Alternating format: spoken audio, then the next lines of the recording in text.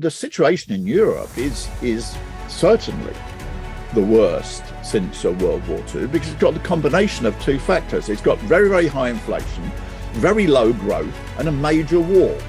To know that if you have a huge increase in demand and you have no increase in supply, then you're going to get very rapid price rises. That's what caused this inflationary wave, then spread from the United States throughout the whole world. What is it? It's because the United States embarked upon a extraordinary stimulus program, a totally disastrous stimulus program.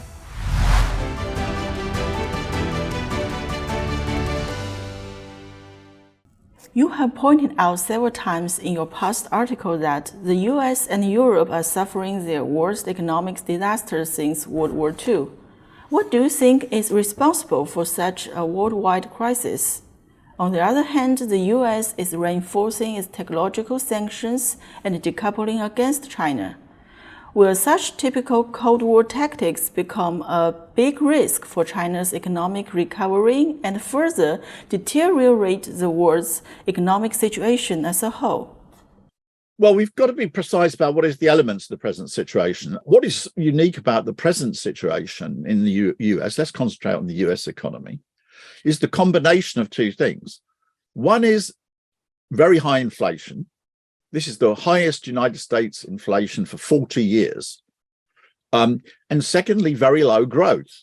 The average growth of the US economy during the pandemic period, as I said, is 1.7%, right? Okay. Right. This is worse than it was in the 1980s. If we look at the 1980s, this was the period in which you previously had a state of high inflation, even somewhat a bit higher than the inflation you have now. But the US economy was growing twice as fast. So what you have really in the United States now is a strategic impasse. That is, you have a combination of very high inflation and very low growth.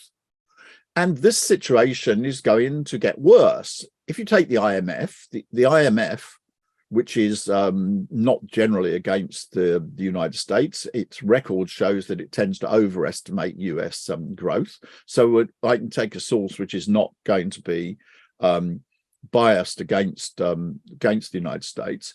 Its projections are that by 2027, the US economy will have slowed down further. Let's take a long-term average to get rid of the business cycle effects, because everybody knows that the economy goes up and down over the short term. So let's take a 20-year moving average. The US economy is growing at about 1.9% average now, and it's going to decrease to around 1.6% by 2027. If you look at what has created the bad international economic situation, I'm afraid, again, it's the United States. It's very simple. The claim by the United States is that the real problems in the world economy at the present time are due to the Ukraine war. But it's very, very easy to show that this is just not true. This is absolutely pure propaganda, because this inflation already started long before the Ukraine war took place. If we look at what caused this inflation, it's quite clear that it was caused in the United States. What is it? It's because the United States embarked upon a extraordinary stimulus program, a totally disastrous stimulus program. It increased its money supply by 26% in a year.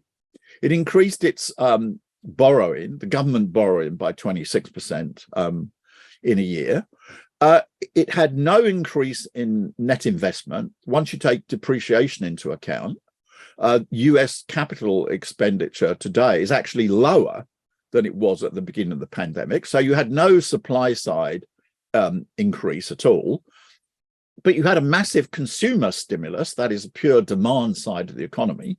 And you only have to study economics for about a week to know that if you have a huge increase in demand and you have no increase in supply, then you're going to get very rapid price rises. That's what caused this inflationary wave, then spread from the United States throughout the whole world. But this then accounted for the strategic failure of the US stimulus programs, because it can't sustain this very high inflation. This creates too much political instability. It creates too many economic problems. And therefore, the United States is forced to have this very rapid rise in interest rates in order to try to control the inflation. And the result, which is its economy is slowing down. Now, of course, because the US is a very big factor in the world economy, this then spread negative shockwave throughout the whole world. Or no, not quite throughout the whole world, because actually China managed to avoid it. And therefore, the world economy is going to slow down in 2023. The difference, the situation in China is China's economy had quite a different pattern during the pandemic. Not merely did it grow more fast than the United States, not merely did it have slower inflation than the United States, putting it in a good position for a stimulus package, but its pattern of economic development was quite different. Obviously, the whole Chinese economy slowed down, but nevertheless, in this period, investment in China, that is the supply side of the economy, actually grew more rapidly than the demand side of the economy. This incidentally creates a different situation from the point of view of China, the type of stimulus package it needs. China needs a short-term stimulus on the consumer side, whereas the US stimulus went 100% into the consumer side and nothing into the supply side, that is investment. China's investment held up compared to the United States rather well, and it's got some problems on the consumer side, which affects short-term factors regarding growth. Incidentally, in Asia, because although China was the best major economy at keeping inflation under control, nevertheless, inflation remained relatively low compared to other parts of the world in the whole East Asian region of developing countries with ASEAN. And it's because China is a key factor within that situation. Then, in addition to the directly economic consequences, we may say that the policies in the United States have created chaos. It's political policies, the Cold War ones. For example, the effects of the tariffs and the attacks on Chinese companies, for example, Huawei. Now, this has had a negative consequence in the West, because it means that everybody in the West, in the countries in which Huawei has been cut out of the telecommunications system by the United States, is paying higher prices for their telecommunications than they would have done otherwise. And 5G is being introduced more slowly. Now, this is the exact opposite of what you need if you've got high inflation. If you've got high inflation, what you should be doing is everything which will keep the inflation down, not something which will put the inflation up further. Now, that's the thing which China sees most clearly. But I think if you look globally, you can see an even more serious pattern, which is the United States has created chaos in Europe. My continent, it's created chaos from 2 points of view. Firstly, the inflationary wave, which I've already outlined. But secondly, the expansion of NATO eastwards has created, which is what really is behind the Ukraine war, has created a major war in the European continent. So the situation in Europe is certainly the worst since World War II, because it's got the combination of two factors. It's got very, very high inflation, very low growth, and a major war.